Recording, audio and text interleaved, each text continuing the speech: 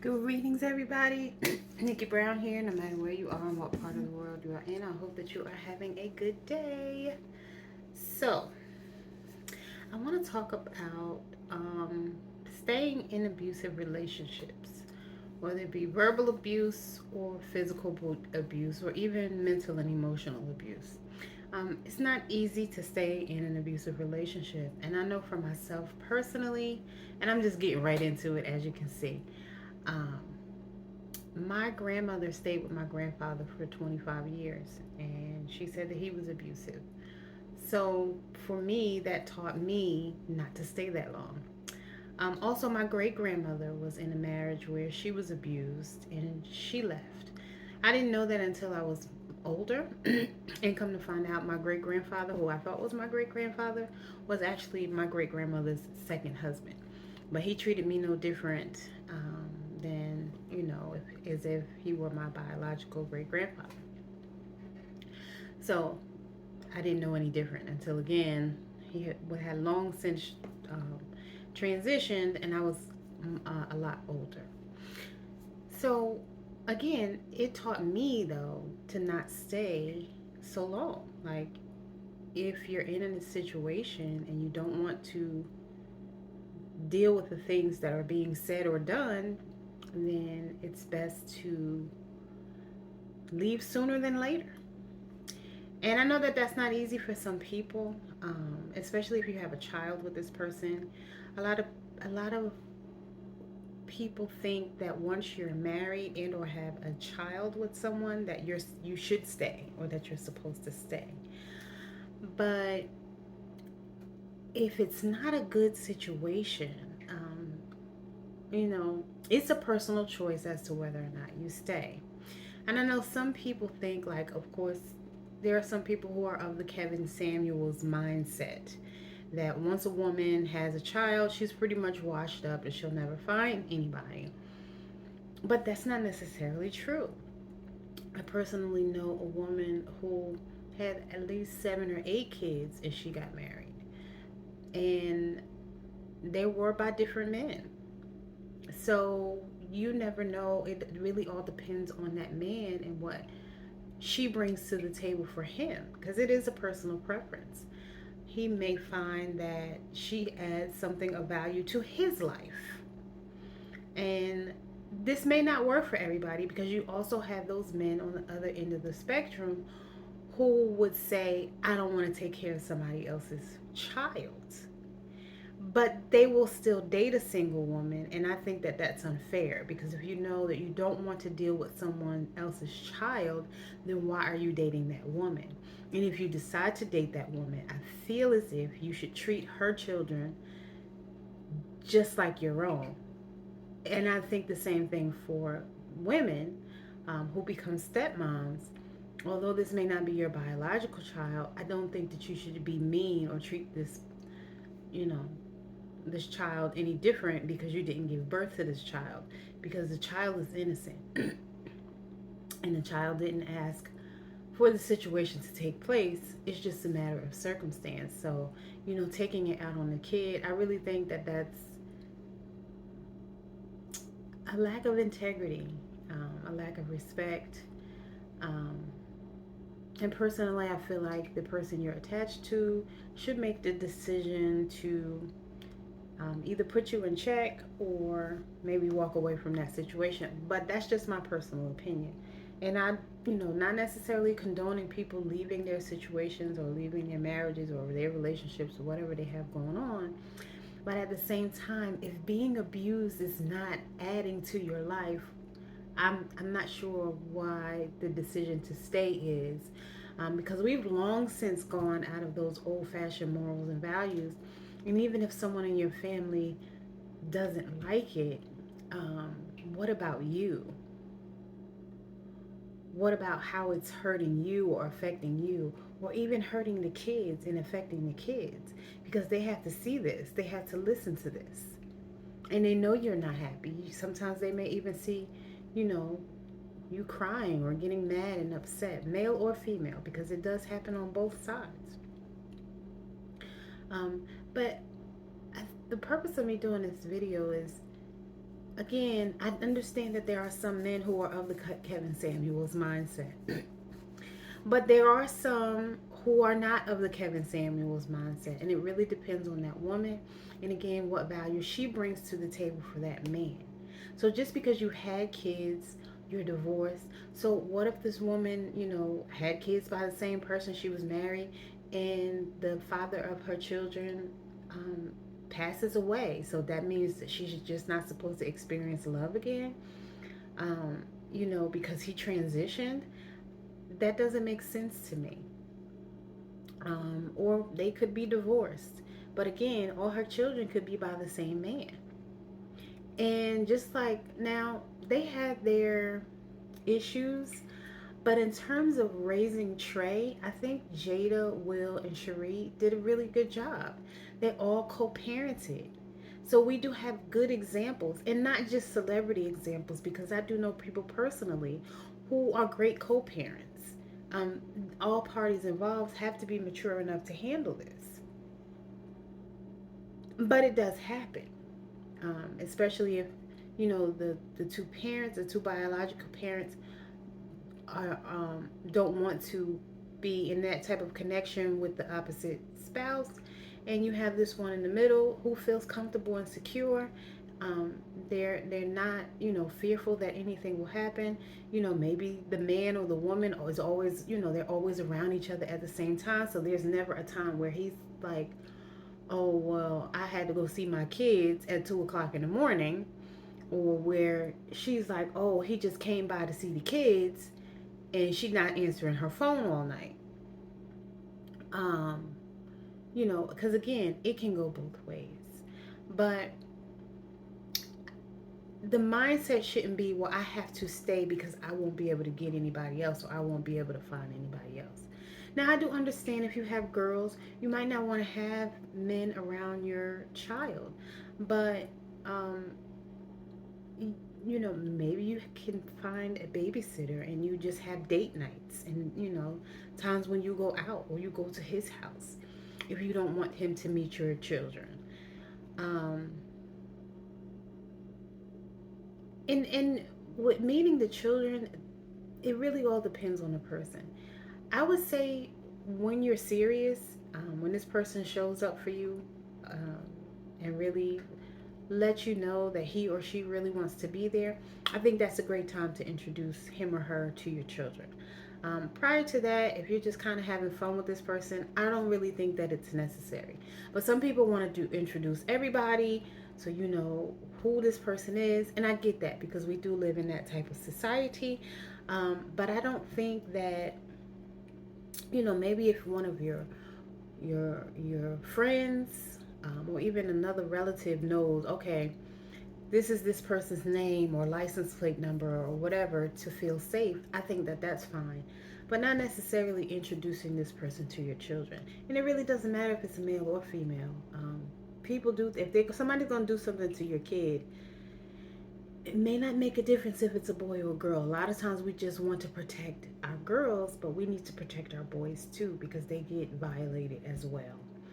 Um, and then they're less likely to say anything because they're boys, right?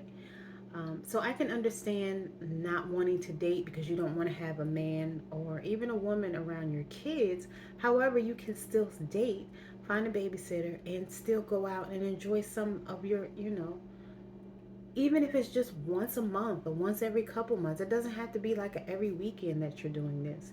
Unless, again, you get serious with this person and this person wants to include you in their life. Then that would be a good time to introduce this person to your kids.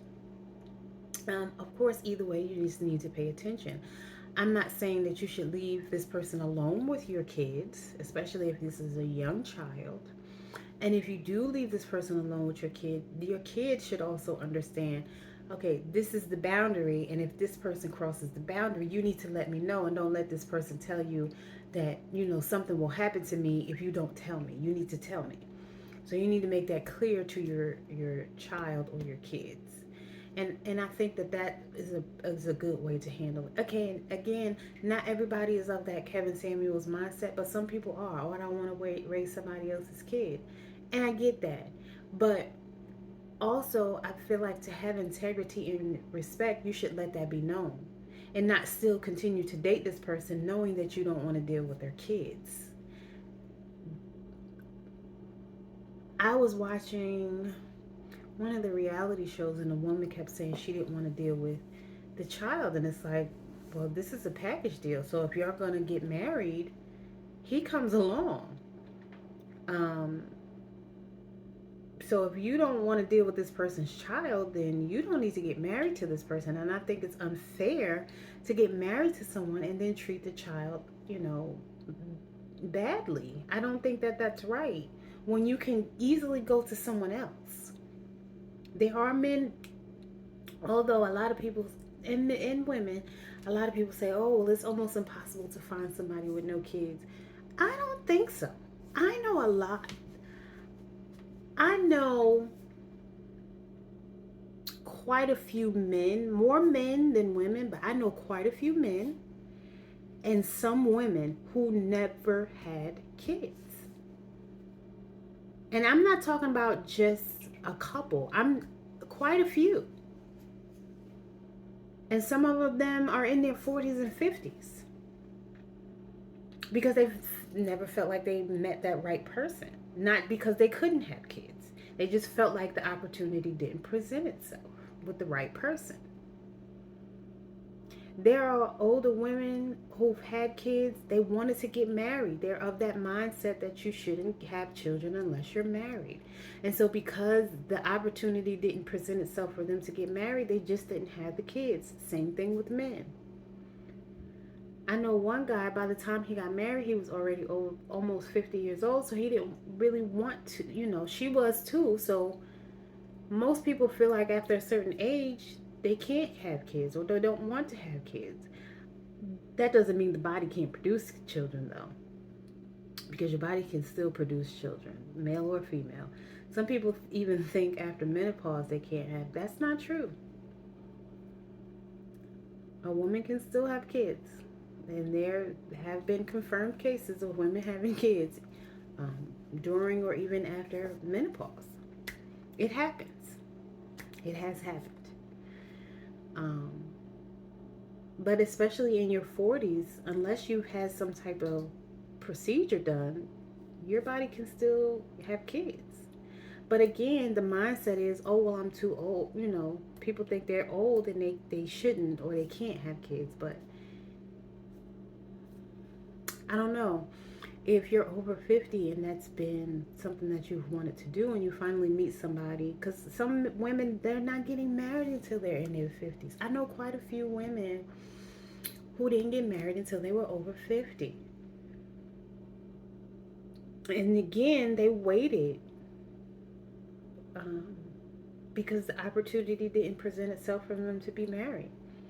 And they're, typically religious and they feel like the right thing to do is to wait until you're married. So they didn't have kids. But it wasn't because they didn't want to. But then again, like I said, society says once you're past a certain age, like 35, you're pretty much washed up. And that's the Kevin Samuels mindset. But every situation is different for everybody. We're all individuals and everyone has a different mindset. Again, you may meet this person at work and this man or this woman may feel as if you add value to their life regardless of how many kids you have or don't have. So we can't speak for every individual because everybody's story is different, and we all know people who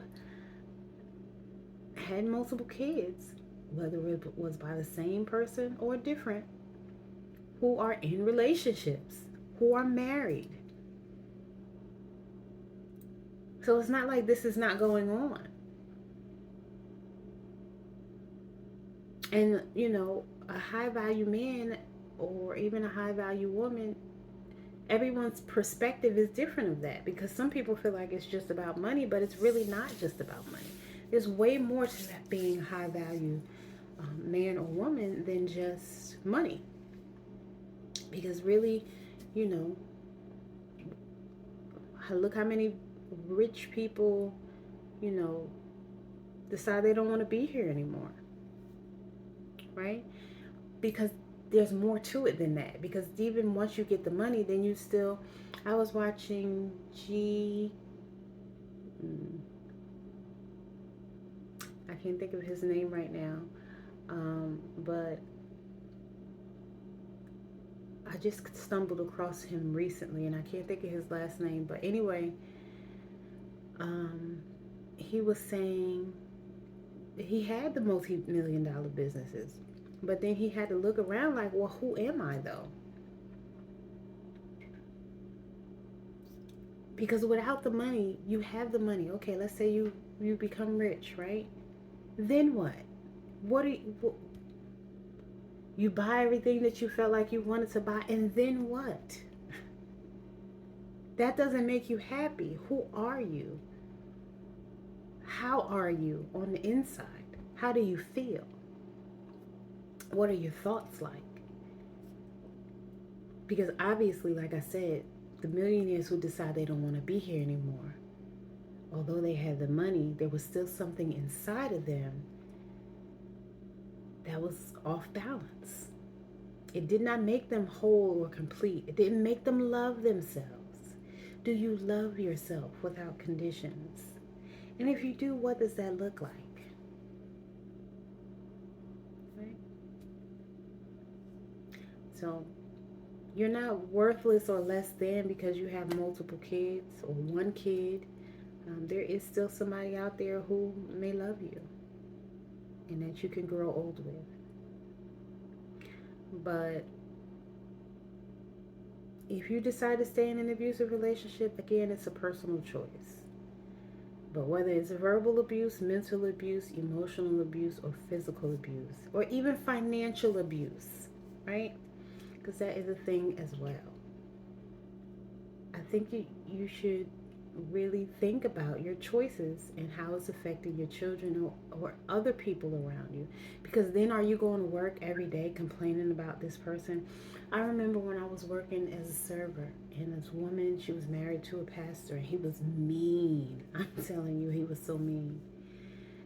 And she snuck away from him, and she came up to me and she said, I hate him and I'm ready for him to die. Because he was abusive. There are a lot of people who are waiting for their spouse to die. And some people are trying to accelerate the process. Because although this, let's say it's a man, but I know that women can be abusive as well, but let's say it's a man. I know women who will put, I know a woman who put bleach in her husband's food. He was cheating on her. That's emotional abuse. That's mental abuse, right? So every time she cooked for him, she was putting bleach in his food. So you don't know, and some people think that they're in control. Like, oh well, I don't have to worry about her because I beat her, right? Not talking about the cheating, talking about being in a controlling relationship. But you don't know what she's doing. You know, she may not be cheating in your face, but she could be cheating with the mailman. She could be cheating with somebody at work. And you don't know anything about it, right? You could be dropping her off at her girlfriend's house, and, somebody else could be coming over or picking her up. People find ways to do things. Again, same thing with if the shoe was on the other foot. Now, she might not be cheating, but again, she could be putting something in your food and you don't know about it. She could be spitting in your food or doing anything so that she feels like she's getting you back. And not all women are like that, but some women are. A lot of women, and you'd be surprised. So you think you're in control, and in the meantime, every time she cook for you, she done put a little something in your food.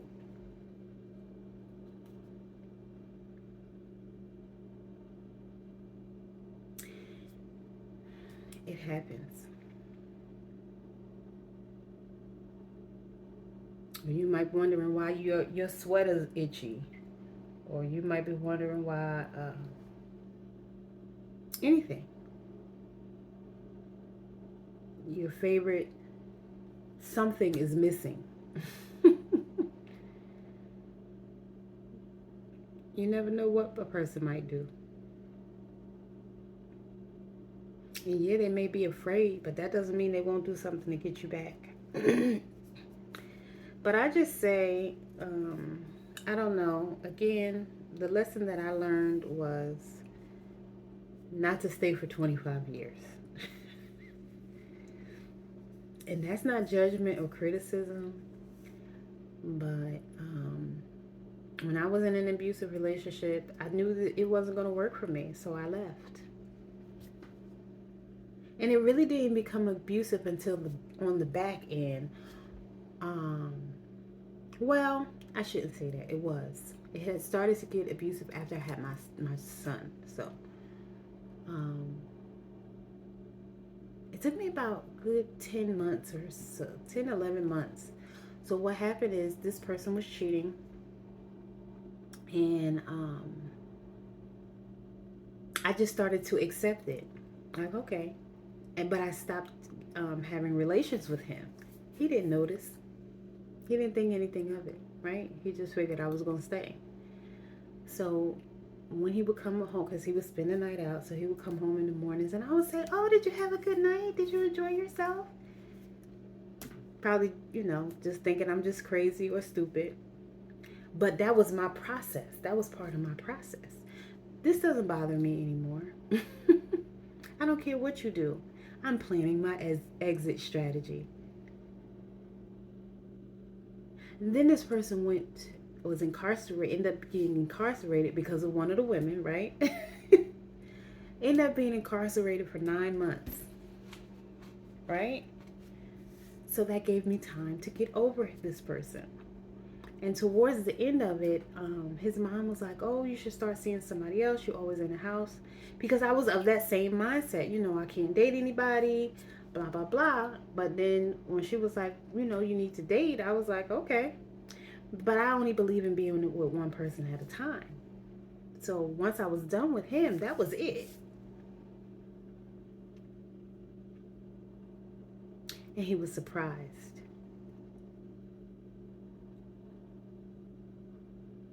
And I know that it takes strength. It's not easy to just walk away from somebody. Again, male or female.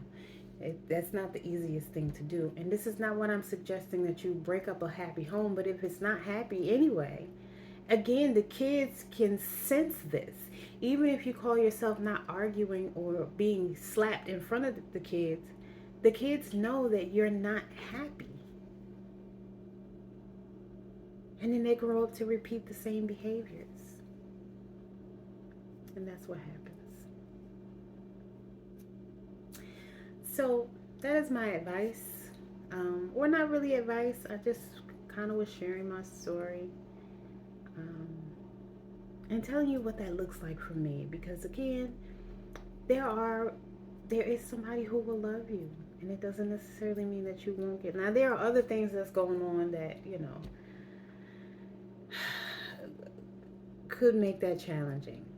But if you focus on what you want, you will get what you want. Because whatever we focus on grows. So that was my advice to you. I love y'all, and I hope that was helpful. Later.